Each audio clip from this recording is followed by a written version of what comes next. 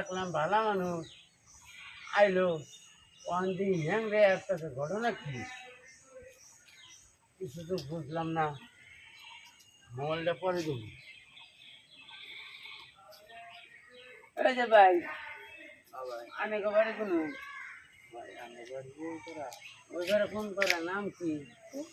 নদীর বাড়ি হ্যাঁ ভাই আনে দেখলাম রামন খাই ডাইলেন আমার দেখে ন্যাংরে ভাবতে পারলাম ভাই আমি দুই দিন ধরে কিছু খাই না তো অনাহারে রয়েছি আমার হাত পায়ে বল শক্তি নেই ভাই সেটা বাদ দিবা না